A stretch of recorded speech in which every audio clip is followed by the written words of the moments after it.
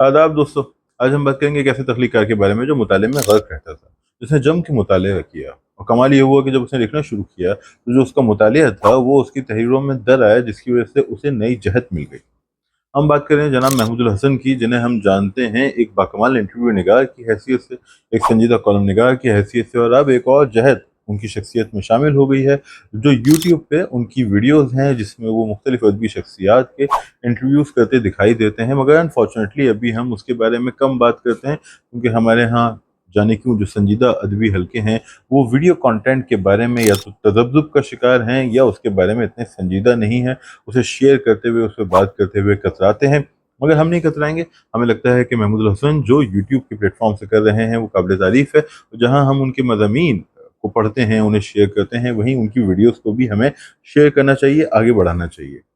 खैर, बात कर रहे हैं महमूदुल हसन की। उनसे मेरा पहला तारुफ हुआ जब मैं रोज़नामा एक्सप्रेस से वाबस्ता था। मैं कराची सेंटर में था, वो लाहौर में थे। हम दोनों इंटरव्यूज़ किया करते थे, हम दोनों एक दूसरे के मुख़्तलिफ़ थे, एक दूसरे के मद्दाह थे, और ये दोस्ती इसी तरह डेवलप हुई। और आज इस बात से ज़्यादा कि हम एक दूसरे के फ़ैन हैं, हम एक दूसरे के दोस्त हैं। मैं उनकी किताबें पढ़ता हूँ, उनके मज़ामीन देखता हूँ, और उनकी किताबें भी क्या कमाल हैं। यानी कि एक शख्स मज़मून निगार के तौर पे, कॉलम निगार के तौर पे हमारे सामने आता है, वहाँ एक पुख्ता मुसन्निफ़ के तौर पे उभरता है।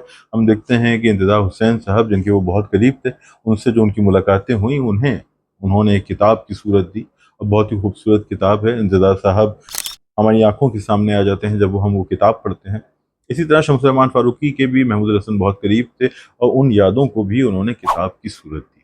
कहीं हम देखते हैं कि वो गुजरी हुई दुनिया की कहानी सुनाते हैं। यानी वो कलमकार, वो तख्लीक़कार, वो कदावर लोग जो चले गए, उनसे मुतालिक महमूद ने जो मज़ामीन लिखे वो इस किताब का हिस्सा बने। कहीं वो लाहौर को खंगालते हैं उन अजीम कलमकारों की यादाश्तों में, किताबों में, जिनके हम गर्विदा हैं, चाहे से वो बेदी हों, कृष्ण चंद्र हों, कन्हैया लाल कपूर हों। तो जनाब ये है महमूदुल हसन का एक मुख्तसर सा तारुफ। आप बताइए, आप उनके किस पहलू के गर्विदा हैं?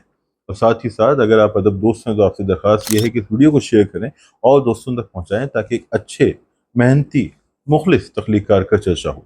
आप दोस्तों का बहुत शुक्रिया। अपना ख्याल रखें। Take care.